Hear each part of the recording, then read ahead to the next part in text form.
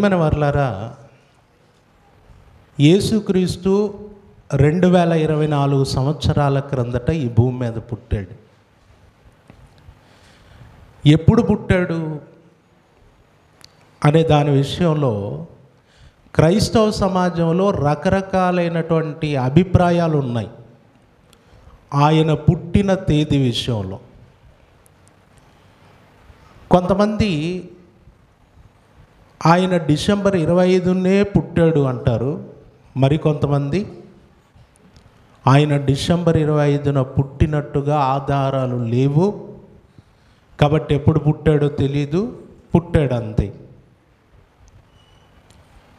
ఆయన పుట్టిన తేదీ విషయమైనటువంటి వాదం క్రైస్తవ్యంలో ప్రతి సంవత్సరం అంటే డిసెంబర్ మాసం రాగానే జరుగుతూ ఉంటుంది.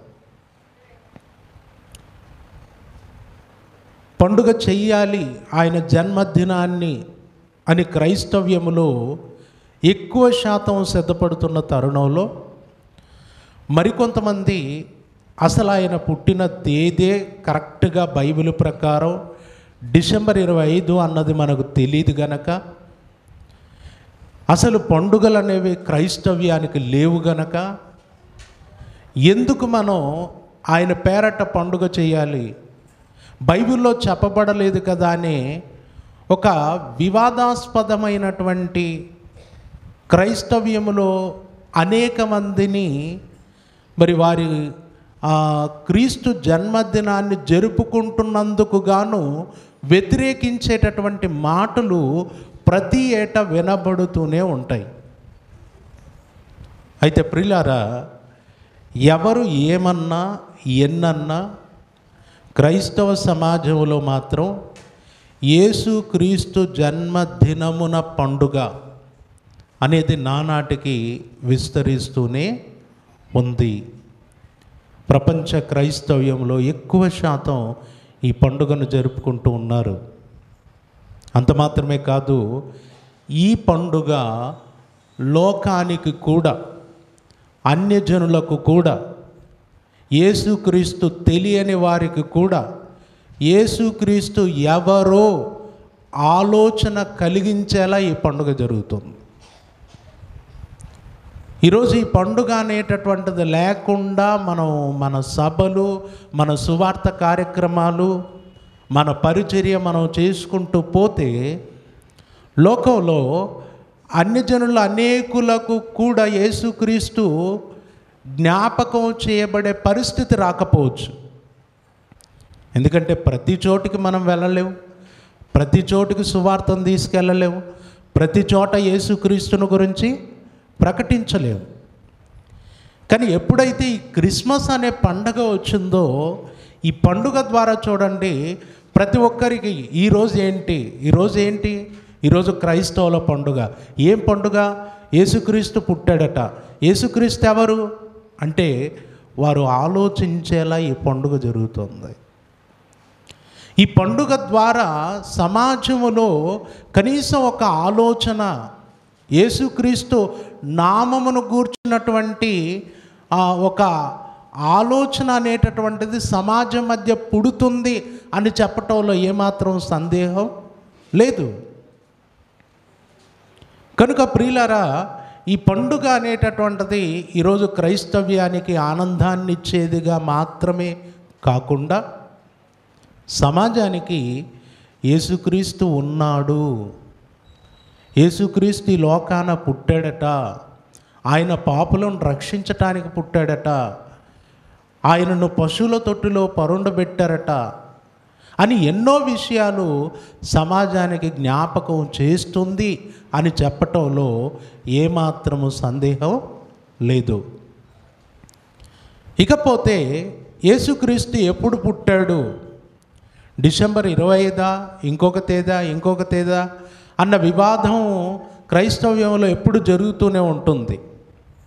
కానీ ఇప్పుడు తేదీ విషయమైనటువంటి సందర్భాన్ని మాట్లాడటం కాకుండా యేసుక్రీస్తు ఎప్పుడు పుట్టాడు అనేటటువంటి దానిని బైబిల్లో దేవుడు ఎంత అద్భుతంగా రాయించాడో ఎందుకు ఆయన పుట్టాడు అన్న విషయాన్ని దేవుడు ఎంత స్పష్టంగా తెలియజేశాడో ఆ సందర్భాన్ని నేను ఒకసారి మీకందరికీ తెలియజేస్తాను.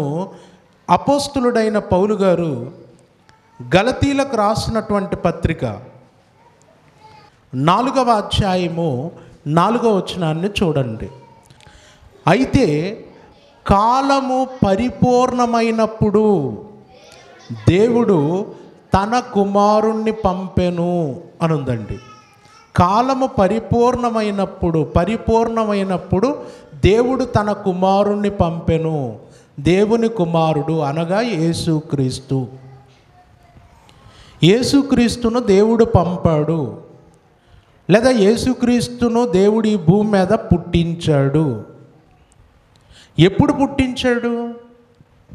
డిసెంబర్ మాసమా, చలికాలమా, ఎండాకాలమా, వర్షాకాలమా? ఇది కాదు, ఇది పక్కన పెడదాం. ఇక్కడ బైబిల్లో ఏం రాయబడి ఉందంటే, కాలము పరిపూర్ణమైనప్పుడు దేవుడు తన కుమారుణ్ణి పంపాడు. కాలము పరిపూర్ణమవ్వడం అంటే ఏంటి అసలు? ఏ కాలం పరిపూర్ణమైంది? ఏ కాలము పరిపూర్ణమైనప్పుడు దేవుడు తన కుమారుణ్ణి పంపెను? ఏమండి, మీరు చూడండి, ప్రకృతిలో ప్రతిదీ దాని కాలం ప్రకారమే జరుగుతూ ఉంటుంది. మనకు వర్షాకాలం తర్వాత వచ్చేది ఎండాకాలం, తర్వాత వచ్చేది చలికాలం. ప్రతిదీ దాని కాలం ప్రకారం వస్తుంది. తర్వాత ఏది ఎప్పుడైపోవాలో అయిపోతుంది. కొన్నిసార్లు రివర్స్లో ఉంటుంది. చలికాలం ఎండాకాలం లాగాను, ఎండాకాలం చలికాలం లాగాను, ఎండాకాలం వర్షాకాలం లాగాను ఇలా ఉంటుంది. అయితే దేవుడు నియమించినటువంటి కాలముల ప్రకారం వాటి క్రమం అనేటటువంటిది జరుగుతుంది. సూర్యుడు ఉదయించాడు, ఇదిగో తనకు నియమింపబడిన సమయానికి వచ్చాడు, తన టైం అయింది, వచ్చాడు. సూర్యుడు అస్తమించాడు, తన టైం అయిపోయింది, వెళ్ళిపోయాడు. ప్రకృతిలో ప్రతిదీ కూడా కాలం ప్రకారం జరుగుతుంది. మనందరికీ తెలుసు, టైం ప్రకారం జరుగుతుంది. ఇక్కడ నిజంగా చెప్పాలంటే మామూలుగా టైం ప్రకారం ఏదైనా చెయ్యము అని అంటే అది మనమే. అవును కదా? టైం అనేటటువంటిది పాటించని వారెవరు? మనమేనండి, మనమే. అందులో డౌట్ ఏమీ లేదు. మీరు ఇక్కడనే కాదు, అంటే చర్చికి టయానికి రారు అనే విషయమే కాదు, మన లైఫ్లో చాలా విషయాల్లో కూడా మనం టయాన్ని పాటించని సందర్భాలు చాలా ఉన్నాయి. ఒక రకంగా చెప్పాలంటే మనం ఈరోజు ఎన్నో విషయాల్లో ఆర్థికంగా వెనకబడి ఉండటానికి కూడా కారణం ఏమై ఉంది? మనం టైము పాటించకపోవటం. అవును కదా? చేయాల్సిన పని టైం ప్రకారం చేయకపోవడం, నిర్లక్ష్యము అంటారు దాన్ని. నిర్లక్ష్యము అంటే ప్రతి విషయంలో నిర్లక్ష్యంగా ఉండేవారం మనం. కానీ దేవుడు నియమించినటువంటి ప్రకృతిలో ప్రతిదీ కాలం ప్రకారం జరుగుతుంది. ఇప్పుడు యేసుక్రీస్తును కూడా దేవుడు ఎప్పుడు పంపాడట? కాలము పరిపూర్ణమైనప్పుడు పంపాడట. కాలం పరిపూర్ణమైనప్పుడు పంపాడు. అయితే ఏ కాలము పరిపూర్ణమైంది? ఏ కాలము పరిపూర్ణమైనప్పుడు పంపాడు అనేది బాగా బైబిల్ ప్రకారం మనం ఆలోచించాలి. ఇది అర్థం కావటానికి ముందు ఇంకొక విషయాన్ని నేను మీతో చెబుతాను. ఒకసారి చూద్దాం. అది మార్కు సువార్త 1వ అధ్యాయము 14వ వచనం చదువుదాం. 1వ అధ్యాయము 14వ వచనం. యోహాను చెరపట్టబడిన తర్వాత యేసు కాలము సంపూర్ణమై ఉన్నది. ఏమై ఉన్నదట? కాలము సంపూర్ణమై ఉన్నది, లేదా కాలము పరిపూర్ణమై ఉన్నది, దేవుని రాజ్యము సమీపించి ఉన్నది అన్నాడండి. ఇక్కడ కాలము పరిపూర్ణమైనప్పుడు దేవుడు తన కుమారుణ్ణి పంపెను, గలతీ పత్రికలో చదువుకున్నాం. కాలము అంటే ఏ కాలము పరిపూర్ణమైనప్పుడు దేవుడు తన కుమారుణ్ణి పంపాడు అన్నది ప్రశ్న. అది అర్థం చేసుకోవటానికంటే ముందు ప్రభు దేవుని రాజ్యం గురించి చెప్పాడు. ఇది మనం అర్థం చేసుకుంటే దేవుడు ఏ కాలము పరిపూర్ణమైనప్పుడు తన కుమారుణ్ణి పంపాడో మనకు అర్థమవుతుంది. ఇప్పుడు ముందు ఇది అర్థం చేసుకోవటానికి మనం ప్రయత్నం చేద్దాం. ఇక్కడ యేసుక్రీస్తుల వారు చెప్పారు, కాలము పరిపూర్ణమైనప్పుడు దేవుని రాజ్యము సమీపించి ఉన్నది. అంటే దేవుడు భూమి మీద తన రాజ్య స్థాపన, దేవుని రాజ్య స్థాపన చెయ్యాలి అనుకున్నటువంటి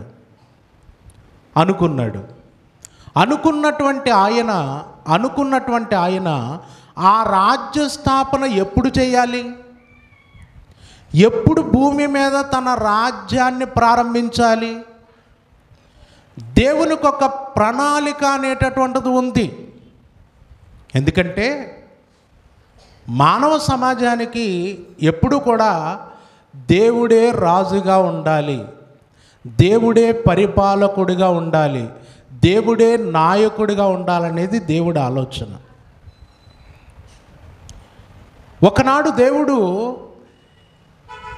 సమూయేలు ప్రవక్త దగ్గరికి గుంపుగా వెళ్ళి ఇశ్రాయేలు పెద్దలు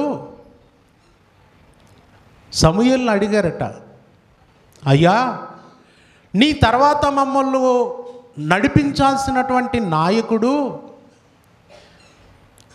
మాకు న్యాయాధిపతులు మీ కుమారులు, వారు మీ వంటి మంచి ప్రవర్తన గలవారు కారు. కాబట్టి నువ్వు బ్రతుకున్నప్పుడే మాకు ఒక రాజును నియమించుము అని అడిగారు. నువ్వు రాజును నియమించమని అడిగారు. అడిగితే ఆయన ఏం చేశాడు అంటే మొదట సౌలును వారికి రాజుగా నియమించాడు. అయితే సౌలును వారికి రాజుగా నియమించేటప్పుడు అంటే దేవుడు చాలా బాధపడ్డాడు. ఆయన బాధపడి ఆయన అన్న మాట ఏంటో తెలుసా? సమూయేలు, వారు నిన్ను విసర్జించటం కాదు, ఇదిగో అయ్యా, నీ తర్వాత నీ పిల్లలు వస్తారు మమ్మల్ని న్యాయాధిపతులుగా నడిపించటానికి, వాళ్ళు మంచివాళ్ళు కాదు, కాబట్టి నువ్వు బ్రతుకున్నప్పుడే వేరొక రాజును పెట్టని నీతో అన్నారు. ఇక్కడ నిన్ను విసర్జించారని నువ్వు అనుకుంటున్నావు, కానీ వారు నిన్ను కాదు విసర్జించింది, తమ్మును ఏలకుండా వారు నన్నే విసర్జించారు అని చెప్పాడు. అంటే దేవుని పరిపాలనలో, దేవుని నడిపింపులో దేవుడు అనుకున్న వ్యక్తిని దేవుడు నియమిస్తూ ఇశ్రాయేలీయులను నడిపిస్తూ ఉంటే వాళ్ళు మాకొక రాజు కావాలి, సకల జనుల మర్యాద చొప్పున మాకొక రాజు ఉండాలని కోరుకున్నారు. అక్కడ దేవుణ్ణి పక్కన పెట్టినట్టుగా దేవుడు కనిపించింది. అందుకే ఆయన అన్నాడు, వారు నిన్ను కాదు విసర్జించింది, ఎవరిని? తమ్మును ఏలకుండా నన్నే విసర్జించారు అన్నాడు. అలా అన్న తర్వాత వారి కోరిక చొప్పున రాజు నియమించమన్నాడు. కానీ దేవుని మనస్సులో, దేవుని ఆలోచనలో ఉన్నది ఏంటంటే ఎప్పటికైనా నేనే రాజుగా ఉండాలి, ఆ ప్రజలను నా ప్రజలుగా వారిని నేనే పరిపాలించాలి. అలా అనుకున్న దేవుడు తన రాజ్య స్థాపన కొరకు ఒక ప్రణాళిక వేసుకున్నాడు. భూమి మీద తన రాజ్యమును స్థాపించాలి, తానే రాజుగా ఉండాలి, పరిపాలించాలి అని ఒక ప్రణాళిక వేసుకున్నాడు. అలా ప్రణాళిక వేసుకొని తన రాజ్యము గురించి, రాజ్యస్థాపన గురించి అక్కడక్కడ ప్రవక్తల ద్వారా ఇశ్రాయేలీయులకు చెబుతూ వచ్చాడు. వచ్చి కరెక్ట్గా తన రాజ్య స్థాపన ఎప్పుడు చేస్తాడు అన్నది దానికి సంబంధించిన కాలం దానియేలు గ్రంథంలో చెప్పాడు. దానియేలు గ్రంథంలో ఒకసారి దానియేలు గ్రంథం చదువుదాం. దానియేలు గ్రంథం 2వ అధ్యాయము 44వ వచనం. ఆ రాజుల కాలములలో పరలోకమందున్న దేవుడు ఒక రాజ్యమును స్థాపించును, దానికి ఎన్నటికి నాశనము కలుగదు. ఆ రాజుల కాలములో అని చెప్పాడు. ఆ రాజుల కాలం అంటే ఏ రాజుల కాలం? పైన మీరు చూస్తే నెబుకద్నెజరుకు కలబడింది. బబులోను చక్రవర్తి అయిన నెబుకద్నెజరుకు ఒక కలబడింది. ఆ కలలో ఒక పెద్ద విగ్రహం, ఆ పెద్ద విగ్రహం తలేమో బంగారు శిరస్సట, బంగారం అట. ఇక్కడ భుజములు చేతులు వచ్చేసి వెండట, ఉదరము తొడలు వచ్చేసి ఇత్తడట. ఆ తర్వాత క్రింది భాగం అంటే మోకాళ్ళ నుండి పాదాల వరకు క్రింది భాగం ఇనుము మట్టి కలిసి ఉన్నాయట. ఒక పెద్ద విగ్రహం కనపడుతుంది. ఆ విగ్రహంలో ఇవి ఉన్నాయి. తల భాగం ఏముంది? తల అంతా ఏంటనమాట? బంగారం. మిగతాదంతా వెండి. ఆ తర్వాత ఇత్తడి. ఆ తర్వాత ఇనుము మట్టి. ఒక చిన్న రాయి వచ్చేస్తుంది. ఒక చిన్న రాయి వచ్చి ఆ విగ్రహం మీద పాదాల మీద పడి విగ్రహం అంతటిని కూల్చేసిందట, తుత్తినీలుగా చేసిందట. ఆ రాయి మహాపర్వతం అయిపోయిందట. ఇది కళ. ఎవరు పడింది కళ? నెబుకద్నెజరుకు పడింది. నెబుకద్నెజరు కలబడితే ఆ కళ ఏంటి, దాని భావం ఏంటి తెలుసుకునే ప్రయత్నం చేస్తే దానియేలు చెప్పాడు కళ. దానియేలు అంటే ఈ దానియేలు కాదు, ఈయన ఎవరి పేరైతే పెట్టుకున్నాడో ఆ దానియేలు. ఏమ్మా చెప్పాడు. వచ్చి ఏం చెప్పాడు? అయ్యా నువ్వు కళ మర్చిపోయావు కదా, నీ కళ ఏంటో చెప్తాను, కళ భావం చెప్తానని చెప్పాడు. ఇప్పుడు చెబుతూ అందులో ఏమన్నాడంటే, ఈ 4 ఉన్నాయి కదా, బంగారు, వెండి, ఇత్తడి, ఇనుము, 4 రాజ్యాలు. అంటే బంగారు లాంటి రాజ్యం, రాజా నీదే బబులోన్ రాజ్యం. తర్వాత వెండి లాంటిది, నీ తర్వాత కొంచెం బలహీనమైంది. ఏమంటే బంగారం విలువైందా, వెండి విలువైందా? ఏది విలువైంది? రేట్లన్నీ తెలుసుకున్నారా? తెచ్చుకున్నారా? ఏమన్నా తెచ్చుకున్నారా లేదా? ఇప్పుడు బంగారు అంటే బబులోను రాజ్యం అట, బంగారు లాంటిదట. దాని తర్వాత కొంచెం వెండి అంటే విలువ తక్కువ కదా. దాని తర్వాత మాధ్య పారసిక రాజ్యం. దాని తర్వాత ఇక వెండి కంటే మరి తక్కువేది? ఇత్తడి. ఇత్తడి అంటే గ్రీకు రాజ్యం. తర్వాత చివరిది ఇనుము, రోమా ప్రభుత్వం. 4 రాజ్యాలు, ఒకటి తర్వాత ఒకటి, ఒకటి తర్వాత ఒకటి, అలా పరిపాలనలు చేస్తూ ఈ భూమి మీద ఈ లోకాన్ని ఏలుతాయి అని చెప్పాడు. ఈ బబులోన్ రాజు పడుకునేటప్పుడు ఏమని పడుకున్నాడు తెలుసా? ఆయనే ప్రపంచాన్ని ఏలుతున్నాడు. అప్పుడు నేను ఏలుతున్నాను కదా, నా తర్వాత ఏం జరుగుతుంది, ఏం జరగబోతుంది అని ఆలోచిస్తూ పడుకున్నాడట. ఆ పడుకున్నందుకు దేవుడు కలలో మొత్తం ఒక చక్కటి రూపకలంకారంగా ఒక విగ్రహాన్ని చూపిస్తూ చెప్పేశాడు, భవిష్యత్ చెప్పేశాడు. ఇప్పుడు ఈ కళభావం ప్రకారం ఇనుము ఉంది కదండి పాదాల్లో. ఆ ఇనుము ఏ రాజ్యానికి సూచన? ఏ రాజ్యం? ఇనుము, రోమా ప్రభుత్వం. ఇనుము మట్టి కలిసి ఉన్నాయి. ఇనుము మట్టి కలుస్తుంది ఎక్కడన్నా? ఇనుము మట్టి కలుస్తుందా? కలవదు. అంటే ఆ రాజ్యములో గొడవలు ఉంటాయన్నమాట, సమస్యలు ఉంటాయి ఒకరి మీద ఒకరికి. వాళ్ళకు పొందిక ఉండదు, పొసగరు. ఆ రాజుల కాలములో దేవుడు ఒక రాజ్యమును స్థాపించు. అంటే రోమా ప్రభుత్వ పరిపాలన కాలంలో ఫస్ట్ ఏదైపోద్ది? బబులోన్ అయిపోద్ది 70 సంవత్సరాలు. నెక్స్ట్ మాదీయ పారసిక, అది అయిపోద్ది. తర్వాత నెక్స్ట్ ఏంటి? గ్రీకు అయిపోద్ది. గ్రీకు తర్వాత రోమా రాజ్యం వస్తుంది. రోమా ప్రభుత్వ పరిపాలన కాలములో దేవుడు భూమి మీద తన రాజ్యాన్ని స్థాపిస్తాడు. ఇక్కడ దానియేలు గ్రంథంలో చెప్పాడు. ఇప్పుడు యేసుక్రీస్తుల వారు పుట్టింది ఎప్పుడు? ఏ రాజ్యం అధికారంలో ఉన్నప్పుడు? రోమా ప్రభుత్వం అధికారములో ఉన్నప్పుడు. యేసు ప్రభు దగ్గరకు వచ్చి కైసరుకు పన్నిచ్చుట న్యాయమా కాదా అన్నారు. కైసరు ఎవరు? రోమా ప్రభుత్వ అధికారి. ఆయన అన్నాడు, కైసరుకి ఇవ్వండి, దేవునికి ఇవ్వండి అన్నాడు. రోమా ప్రభుత్వ పరిపాలన కాలంలో యేసుక్రీస్తు పుట్టాడు. ఇప్పుడు రోమా ప్రభుత్వ పరిపాలన కాలములో దేవుడు ఒక రాజ్యమును స్థాపించును అని చెప్పాడు దానియేలు గ్రంథంలో.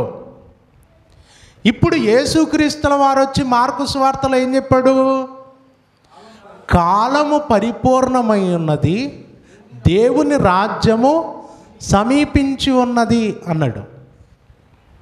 అంటే ఎప్పుడో బబులోను రాజు అధికారములో ఉన్నప్పుడు దేవుడు తన రాజ్య స్థాపన ఎప్పుడు చేయబోతున్నాడో దాని యొక్క కాలం ముందుగా తెలియజేశాడు.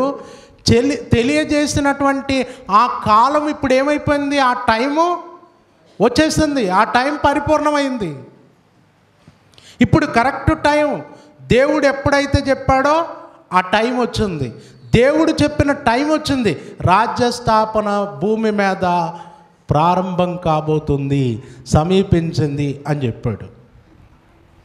అమ్మ, అర్థమవుతుందా? దేవుడు ముందుగా వాగ్దానము చేశాడు. ఆ వాగ్దానములో ఏ కాలము, ఎప్పుడు అని చెప్పాడు రాజ్యం గురించి. దేవుడు వాగ్దానం చేసినటువంటి ఆ వాగ్దానం ప్రకారం, ఆ కాలం ప్రకారం ఇప్పుడు భూమి మీద రాజ్య స్థాపన జరుగుతుంది. ఇక్కడ రాజ్యస్థాపన అనేది దేవుడు చెప్పిన, నియమించిన కాలము ప్రకారమే భూమి మీద స్థాపించాడు. ఇది గుర్తుపెట్టుకొని ఇప్పుడు దేవుడు తన కుమారుణ్ణి పంపాడు అనే మాట ఉంది. ఎప్పుడు పంపాడట? యేసుక్రీస్తుని ఎప్పుడు పంపాడమ్మా? కాలము పరిపూర్ణమైనప్పుడు పంపాడు అని. కాలము పరిపూర్ణమైనప్పుడు అన్నప్పుడు ఇక్కడ కాలము అని అంటే దేవుడు ముందుగా ఏదైతే నిర్ణయించాడో ఆయనను గురించి వాగ్దానం చేసి ఆ నిర్ణయించినటువంటి కాలం ప్రకారమే యేసుక్రీస్తుల వారిని పంపాడు. నిర్ణయించినటువంటి కాలం ప్రకారమే పంపాడు. అయితే ఇక్కడ నిర్ణయించినటువంటి కాలము ఎప్పుడు, ఏంటి అని మనం చూడటానికి చాలా లేఖనాలు ఉన్నాయి. కానీ ఇప్పుడు అన్ని విషయాలు కాకుండా ఒక్క విషయం మాత్రం జ్ఞాపకం చేస్తాను. ఏంటంటే, ఎప్పుడు ఆయన భూమి మీదకి రావలసి వచ్చింది, పంపబడవలసి వచ్చింది అనంటే దానికి చరిత్రలో ఒక మంచి ఉదాహరణ ఉంది. ఏంటి ఆ ఉదాహరణ అంటే, ఇశ్రాయేలీల మధ్య మోషే పుట్టాడు. ఇశ్రాయేలీలు ఐగుప్తి బానిసత్వంలో నలిగిపోతున్నప్పుడు మోషే పుట్టాడు. ఎందుకు మోషే పుట్టాడు?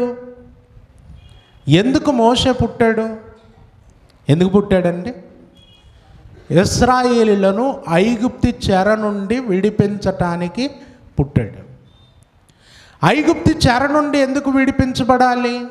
అసలు ఎందుకు ఐగుప్తికి వెళ్ళారు అని అంటే, దేవుడు ముందుగానే అబ్రహాముతో చెప్పాడు. ఏం చెప్పాడో తెలుసా? నీ సంతతి వారు 4వ తరం వారు ఐగుప్తుకి వస్తారు. వారిక్కడ 400 సంవత్సరాలు ఐగుప్తీయులకు బానిసలుగా ఉంటారు. అప్పుడు నేను వారిని ఇక్కడ నుండి మరలా తోడుకొని నీ సంతతికి ఇస్తానని వాగ్దానం చేసిన వాగ్దాన భూమికి నడిపిస్తాను అని చెప్పాడు. ఇప్పుడు బాగా ఆలోచించండి, మోషే ఎప్పుడు పుట్టాడు అనంటే ఇశ్రాయేలు ఐగుప్తులో ఉన్నప్పుడు పుట్టాడు. ఐగుప్తులో ఉన్నప్పుడు పుట్టాడు. ఐగుప్తులో ఉన్నప్పుడు అనంటే ఐగుప్తికి ఎందుకు వెళ్ళారు? కారణాలు ఉన్నాయి. ఐగుప్తికి వెళ్ళటానికి కారణాలు ఉన్నాయి. అయితే ఐగుప్తులో 400 సంవత్సరాలు నలిగిపోయారు. అక్కడ ఎంతకాలం? 400 సంవత్సరాలు నలిగిపోయారు. 400 సంవత్సరాలు నలిగిపోయిన తర్వాత ఆ చెరలో ఉన్నప్పుడు, ఆ చెరలో వాళ్ళు ఆ ఇనుప కొలిమిలో నలిగిపోతున్నప్పుడు దేవుడు అబ్రహాము, ఇసాకు, యాకోబులకు వాగ్దానము చేసినది జ్ఞాపకం చేసుకొని, మరి ముఖ్యంగా దేవుడు ముందుగానే ఐగుప్తులో ఎంతకాలం ఇశ్రాయేలీలు ఉంటారో చెప్పాడు. ఎంతకాలం ఉంటారు? ఎంతకాలం? 400 సంవత్సరాలు. ఒకసారి చూద్దాం. అది ఆదికాండము 15వ అధ్యాయము 14వ వచనం. వారు 400 ఏండ్లు వీరిని శ్రమ పెట్టుదురు, వీరు ఎవరికి దాసులవుదురో ఆ జనమునకు నేనే తీర్పు తీర్చుదును. తర్వాత వారు మిక్కిలి ఆస్తితో బయలుదేరి వచ్చెదరు. నీవు క్షేమముగా నీ పితరుల యొద్దకు పోయేదవు. నీవు మంచి వృద్ధాప్యమందు పాతి పెట్టబడుదువు. అమోరీల అక్రమము ఇంకను సంపూర్ణము కాలేదు గనక నీ 4వ తరం వారు ఇక్కడికి మరలా వచ్చేదరని నిశ్చయముగా తెలుసుకొనుమని అబ్రాముతో చెప్పాను. 4వ తరం వారు వస్తారు, 400 సంవత్సరాలు ఐగుప్తులో ఉంటారు అని దేవుడు చెప్పాడు. ఇప్పుడు మోషేని ఎప్పుడు పుట్టించాడు? మోషేని ఎప్పుడు పుట్టించాడు? 400 సంవత్సరాలు ఉంటారు అని చెప్పిన కాలము పరిపూర్ణమైనప్పుడు. ఆ టైం వచ్చింది. ఆ టైం వచ్చినప్పుడు వారి కొరకు రక్షకుణ్ణి పుట్టించాడు. అక్కడి నుండి విడిపించాలని. చెరలో ఉన్నారు కాబట్టి, ఆ చెర నుండి విడిపించాలి కాబట్టి.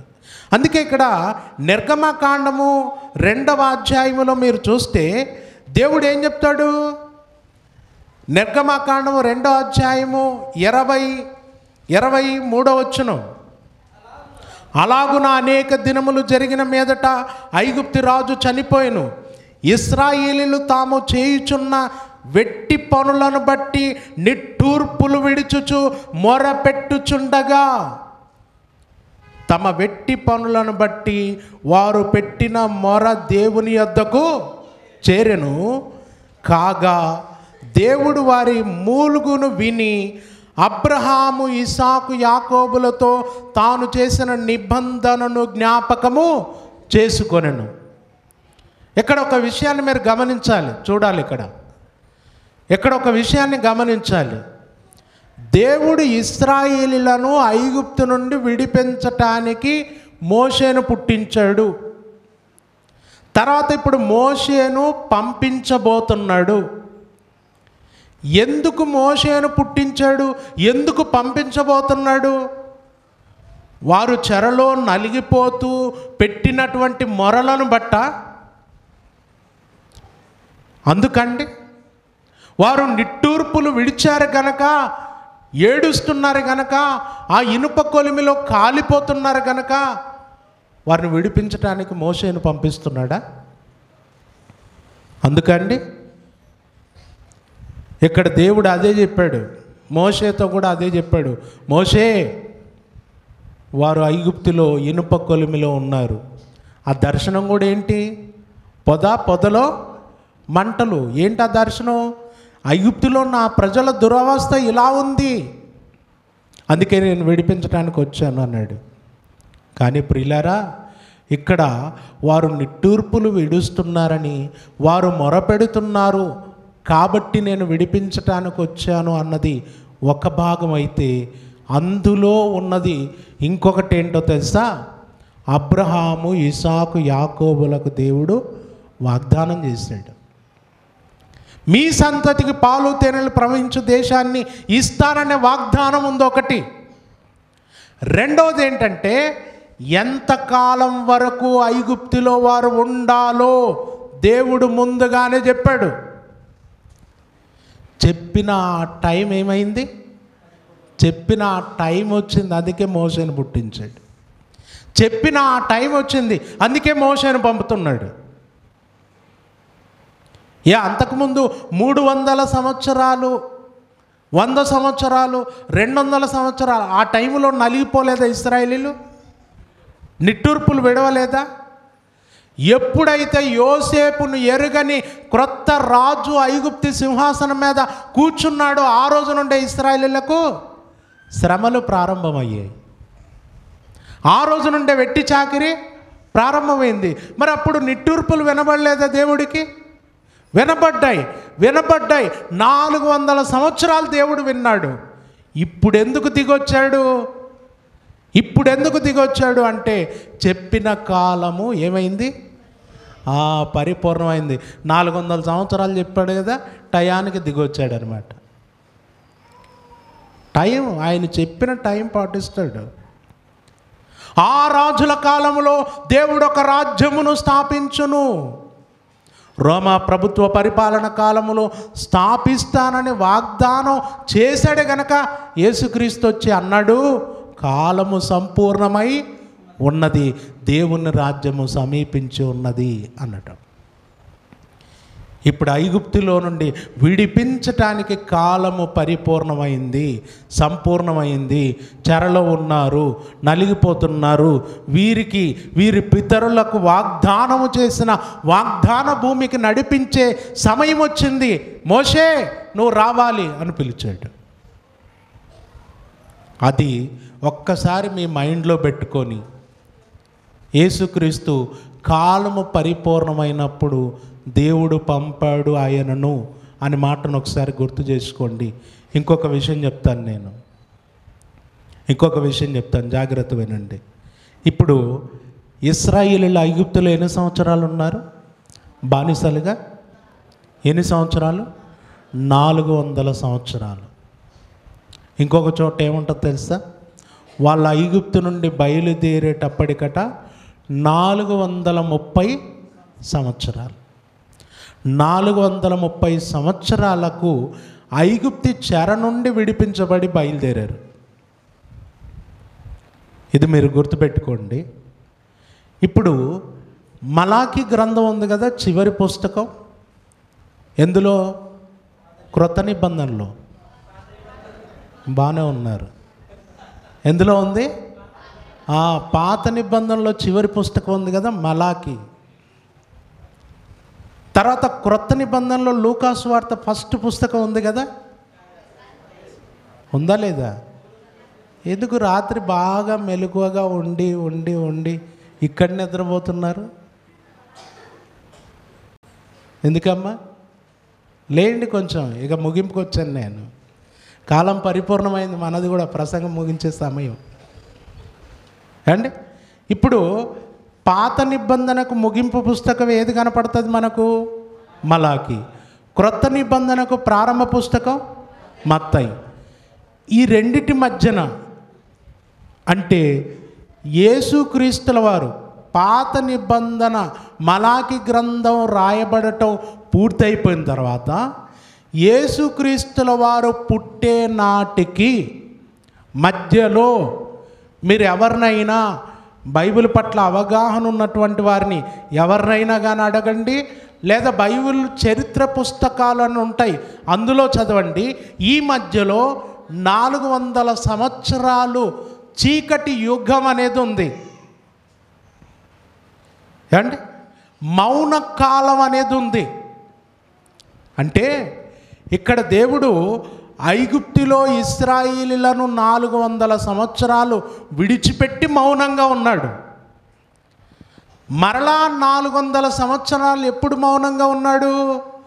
మలాకి గ్రంథం పూర్తయిన తర్వాత యేసుక్రీస్తుల వారు పుట్టేంత వరకు బాప్తిసం వచ్చి యోహాను వచ్చాడు చూడండి, అరణ్యంలో కేక వేశాడు. అప్పటి వరకు దేవుడు మౌనంగానే ఉన్నాడు. మధ్యలో వారి మధ్య నేను ఉన్నాను అనటానికి మాత్రమే ఏమండి బెతెస్దా కోనేరు దగ్గర దేవదూత అప్పుడప్పుడు వచ్చి నీళ్లు కదిలించేది. ఆ నీళ్ళల్లోకి దిగినవాడు స్వస్థత పొందేవాడు.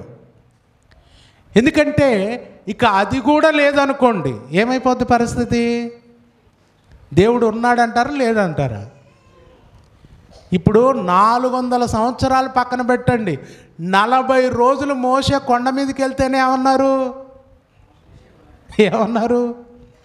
ఆ మోషే అనేవాడు ఏమాయనో మాకు తెలీదు, మాకు ఒక దూడం చేసి పెట్టు అన్నారు. ఎన్ని రోజులు? 40 రోజులే. ఇక 400 సంవత్సరాలు దర్శనాలు లేవు, ప్రవక్తల ద్వారా మాట్లాడట్లేదు, దేవుడు ఎవరిని పంపట్లేదు, మౌనకాలం. దేవుడు సైలెంట్ అయిపోయాడు. ఇప్పుడు దేవుడు ఉన్నాడు అనుకుంటారా? అనుకోరు.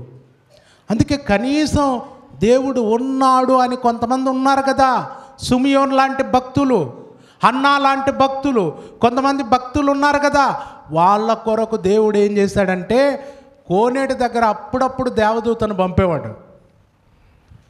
అర్థమైందా? ఇలా ఇప్పుడు అక్కడ ఐగుప్తులో ఉన్న మౌనకాలం మళ్ళీ ఇప్పుడు ఎక్కడ కనపడుతుంది? మలాకి తర్వాత యేసుక్రీస్తుల వారి జననం మధ్యలో కనపడుతుంది. 400 సంవత్సరాలు. ఇప్పుడు ఈ 400 సంవత్సరాల తర్వాత యేసుక్రీస్తు పుట్టాడు. యేసుక్రీస్తు పుట్టి ఆయన పరిచర్యకి ఎప్పుడొచ్చాడు? 30వ ఏట వచ్చాడు. 30వ ఏట వచ్చి అప్పటి నుండి అనేకులకు సువార్తను ప్రకటిస్తూ, పరలోక రాజ్యం గురించి ప్రకటిస్తూ, వారిని విమోచించటం, విడిపించటం అనేటటువంటిది మొదలుపెట్టాడు.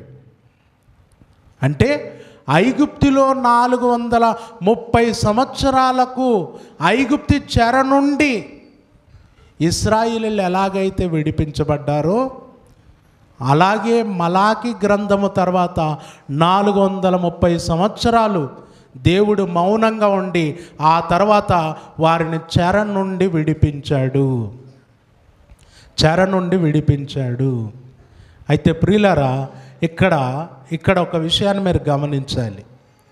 ఇక్కడ పాత నిబంధనలో ఇశ్రాయేలీయులు ఏ చెరలో ఉన్నారు? అప్పుడు 400 సంవత్సరాలు ఏ చెరలో? ఐగుప్తి చెరలో ఉన్నారు. యేసుక్రీస్తు పుట్టే నాటికి ఏ చెరలో ఉన్నారు? ఎక్కడ బందీలయ్యారు? ఒకసారి ఇప్పుడు గలతీలకు రాసినటువంటి పత్రికకు రండి. గలతీలకు రాసినటువంటి పత్రిక 4వ అధ్యాయము 4వ వచనం. అయితే కాలము పరిపూర్ణమైనప్పుడు దేవుడు తన కుమారుణ్ణి పంపెను. ఆయన స్త్రీ యందు పుట్టి మనము దత్తపుత్రులము కావాలనని ధర్మశాస్త్రమునకు లోబడి ఉన్న వారిని విమోచించుటకై, ధర్మశాస్త్రమునకు లోబడిన వారిని విమోచించుటకై, ధర్మశాస్త్రము నుండి విమోచించుటకై. అంటే ఇప్పుడు ఏ చెరలో ఉన్నారు? అది ధర్మశాస్త్రం అనే చెరలో ఉన్నారు. కానీ చాలామందికి తెలియని విషయం ఏంటో తెలుసా? ఆ రోజు మేమంతా కూడా రోమా ప్రభుత్వ అధికారం క్రింద ఉన్నాము, మాకు రాజు లేడు, రాజ్యము లేదు, మేము చెరలో ఉన్నాము, మేము ఈ చెర నుండి విడిపించబడాలి అనే ఆలోచనలో వాళ్ళు ఉన్నారు. కానీ దేవుడు వారిని ఏ చెరలో ఉండగా చూస్తున్నాడు? ఏ చెరలో ఉన్నారు అని తెలియజేశాడు? ధర్మశాస్త్రమను చెరలో. ఎందుకంటే ధర్మశాస్త్రమను చెర క్రింద వారు ఉండి ఏ ఒక్కడు కూడా దేవుని ఎదుట నీతిమంతుడు కాలేకపోయాడు, నీతిమంతుడు కాలేకపోయాడు. ఇక్కడ విషయం ఏంటంటే ఇశ్రాయేలీయులు ధర్మశాస్త్రపు చెరలో ఉన్నారు, అన్యజనులు వారు ఆల్రెడీ పాపపు చెరలో ఉన్నారు. అందుకే యేసుక్రీస్తు భూమి మీద పుట్టే నాటికి నీతిమంతుడు లేడు ఒక్కడును లేడు. అంటే ఇప్పుడు ఆయన పుట్టే నాటికి ఏమైపోయిందంటే అంతా కూడా చీకటితో నిండిపోయింది, ప్రపంచం అంతా కూడా అంధకారం. మోషే ఐగుప్తులో పుట్టే నాటికి ఐగుప్తి దేశములో ఇశ్రాయేలీల పరిస్థితి అంతా చీకటి, ఏమీ లేదు, నిరీక్షణ లేదు, నిట్టూర్పులు, ఏడ్పులు, నలిగిపోతున్నారు. ఇప్పుడు యేసుక్రీస్తుల వారు పుట్టినాటికి వారి పరిస్థితి కూడా అదే. కాకపోతే మేము నలిగిపోతున్నాం, మేము ధర్మశాస్త్రం అను చెరలో ఉన్నాం, మేము ధర్మశాస్త్రం వల్ల చచ్చిపోయాం, మాకు జీవం లేదు, ఈ ఆలోచన ఏమీ లేదు. ఇప్పుడు మనకుందండి, మనం పాపం వల్ల చచ్చిపోయాం, పాపం వల్ల మనం మరణించిన వారం, మనలో జీవం లేదు, ఇలాంటి ఆలోచన ఎవరికన్నా ఉందా ఎవరికైనా? చక్కగా అలంకరించుకొని ఈరోజు పండుగ రోజు వచ్చారు దేవుని మందిరానికి, ఈరోజు వచ్చారు వాళ్ళు, ఇంకా ప్రభువుని నమ్మని వారు అనుకోండి. అబ్బో మన మధ్యకు శవం వచ్చింది అనండి ఒకసారి. మన మధ్యకు ఎవరు వచ్చారు? ఏమో మీకు అర్థం కాలేదా? లేక ఏదో పండుగకి ఇప్పుడు ప్రభు దగ్గరికి వద్దాం అన్న వాళ్ళని చూసి మీరు ఒకసారి మన మధ్యకు శవం వచ్చింది అనండి ఒకసారి. ఏమంటారు వాళ్ళు? మిమ్మల్ని శవం చేస్తారు. కానీ నిజానికి ఏంటన్నమాట వాళ్ళు? నిజానికి ఏంటి? శవమా కాదా? అంటే లోకంలో చచ్చిపోయిన వాళ్ళు మీరు, పాపం వలన మీరు ఏమైపోయిన వారు? చచ్చిన శవాలు. ఇప్పుడు ఒప్పుకుంటారా మీరు? శవం చూడు ఎంత చక్కగా అలంకరించుకుని వచ్చిందో అంటే ఒప్పుకుంటారండి? ఒప్పుకోరు. ఆ రోజు ఇశ్రాయేలీల దరిద్రం కూడా ఇదే, పాపములో ఉన్నాము అనే ధ్యాస లేదు, ధర్మశాస్త్రంలో బందీలయ్యామనే ఆలోచన లేదు, చచ్చిపోయామనే ఆలోచన లేదు.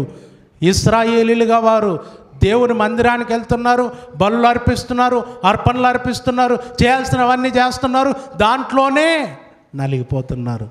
ఎవరో కొంతమంది భక్తులకు తెలుసు, సుమియోన్ లాంటి భక్తులకు, అన్నా లాంటి భక్తులకు మనం చెరలో ఉన్నాము, మనకు విమోచన కావాలి, విడుదల కావాలి అనే ఆలోచన వారికి ఉంది, మిగతా వారెవ్వరికీ లేదు.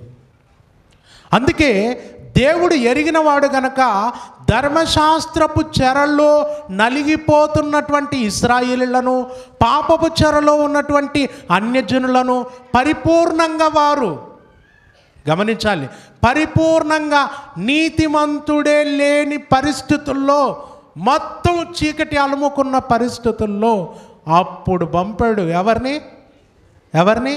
యేసుక్రీస్తు. కాలము పరిపూర్ణమైనప్పుడు దేవుడు తన కుమారుని పంపెను అనంటే, ఈరోజు ప్రపంచంలో చాలామంది డిసెంబర్ 25న వచ్చాడు, ఇంకొక రోజు వచ్చాడు, ఆ రోజు వచ్చాడు, ఈ రోజు వచ్చాడు, అప్పుడు పుట్టాడు, ఇప్పుడు పుట్టాడు, ఎండాకాలం పుట్టాడు, చలికాలం పుట్టాడు, ఇది కొట్టుకొని వస్తున్నారు. ప్రపంచం అంతా చీకటిలో ఉన్నప్పుడు పుట్టాడు. ప్రపంచం అంతా కూడా అంధకారపు ఛాయలో, మరణాంధకారములో కొనసాగుతున్నప్పుడు యేసుక్రీస్తు ఆ అంధకారము నుండి బయటికి తీసుకొని రావటానికి నిజమైన వెలుగుగా ఈ భూమి మీద పుట్టాడు. దేవుడు కాలము పరిపూర్ణమైనప్పుడు పంపాడండి. అసలు నిజంగా దేవుడు కరెక్ట్ టైంలో పంపాడు. వాగ్దానము చేసిన మాట ప్రకారం ఎన్నో సందర్భాల్లో యేసుక్రీస్తును ఎప్పుడు పంపుతాడో కూడా ఉందండి. ఆ టైం ప్రకారం పంపాడు. ఆయన వచ్చే నాటికి ప్రపంచంలో జీవము లేదు, వెలుగు లేదు, ప్రాణం లేదు, మొత్తం శవాలు. అంధకారం, మరణాంధకారం. అప్పుడు వచ్చాడు, పుట్టాడు. పుట్టగానే ఆయనను గురించి ఏం చెప్పబడింది? దావీదు పట్టణమందు నేడు రక్షకుడు మీ కొరకు పుట్టి ఉన్నాడు అని అంతకుముందు దేవదూత అన్నది. ప్రజలందరికీ కలగబోవు మహా సంతోషకరమైన సువర్తమానం అన్నది. ఏంటి అందరికీ సంతోషాన్ని కలిగించే సువర్తమానం ఏంటి?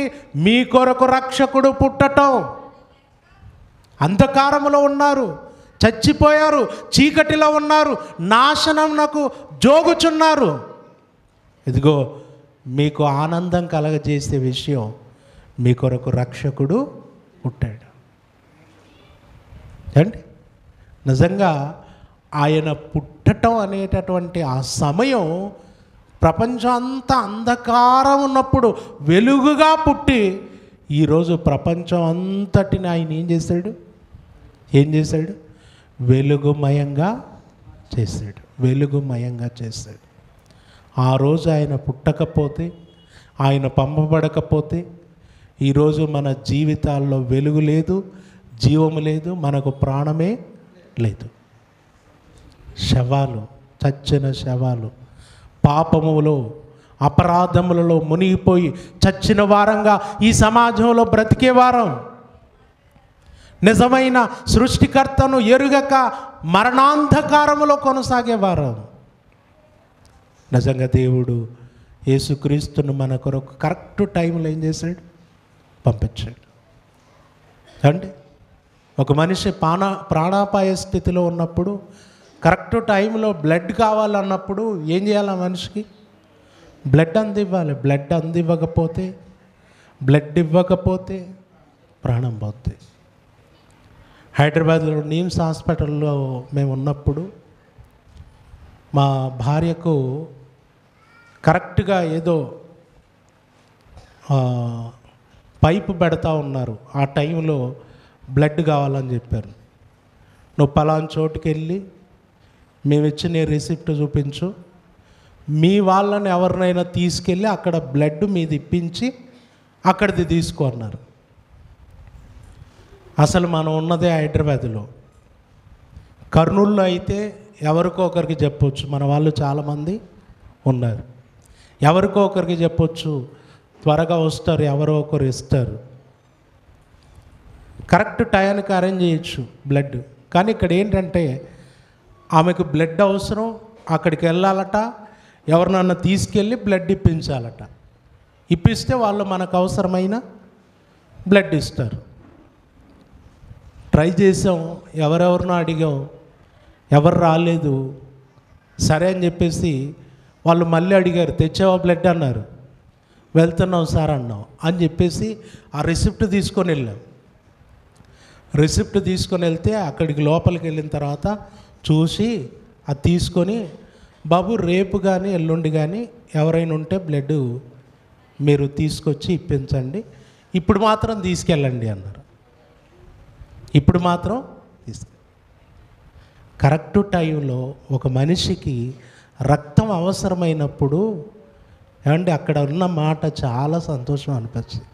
ఇప్పుడు తీసుకెళ్ళండి, తర్వాత ఎవరైనా తీసుకొచ్చి ఇప్పించండి. ఆ మనిషికి రక్తం అవసరం, ఇప్పుడు రక్తం ఇవ్వటం అవసరం, ఇచ్చేస్తారు. కరెక్ట్ టైంలో ఇవ్వటాన్ని బట్టి ఇలా ఎందరో ప్రాణాలు ఏమైపోతున్నాయి? నిలబడుతున్నాయి. అందుకే బ్లడ్ ఇచ్చి ప్రాణదాతలకు అండి అంటుంటారు చూడండి. నిజమే అది. కరెక్ట్ టైంలో ఒక మనిషి ప్రాణం పోయే టైంలో బ్లడ్ కావాలి, బ్లడ్ ఇస్తే బ్రతుకుతాడు. యేసుక్రీస్తు అండి ఎప్పుడొచ్చాడో తెలుసా? ఎప్పుడొచ్చాడు? కరెక్ట్ టైం అండి. నిజంగా టయానికి వచ్చేసాడు. ఆయన ఎప్పుడో వాగ్దానం చేసి ఆ వాగ్దానాన్ని మర్చిపోయి ఆయన రాకపోయి ఉంటే ఏంటి పరిస్థితి? మనం చెప్తాం, ఎన్నో వాగ్దానాలు చేస్తాం, మనం తర్వాత అడ్రస్ ఉంటుందా? మనకులాగా మన ప్రభువు గనక ఉంటే ఈరోజు మన జీవితాలు ఇంత వెలుగుమయంగా ఉండేవే కాదు. ఇంకా అంధకారంలో కొట్టుమిట్టాడేవాడు. నిజంగా దేవుడు మనల్ని ప్రేమించి తన కృపచేత కరెక్ట్ టైంలో తన ప్రియ కుమారుని మన కొరకు పంపి మనల్ని వెలిగించి ఆయన రక్తము ద్వారా మనల్ని విమోచించి మనల్ని పరిశుద్ధులుగా చేసి నిత్య జీవమునకు వారసులుగా చేశాడు. ఈరోజు మనం ఎవరో తెలుసా? మనం ఎవరండి? యేసుక్రీస్తును విశ్వసించిన వారు ధైర్యంగా చెప్పుకోవచ్చు, ఎవరు మీరంతా? వెలుగు సంబంధులు, పరిశుద్ధులు, దేవుని కుమారులు, దేవుని ప్రజలు, నిత్య జీవానికి వారసులు. ఎంత గొప్ప భాగ్యం!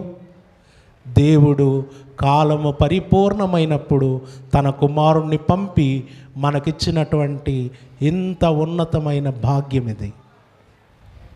కానీ ఇందులో ఇంకొంతమంది ఉన్నారు, వెలిగింపబడక చీకటిలో అంధకారములో కొనసాగుతున్నవారు.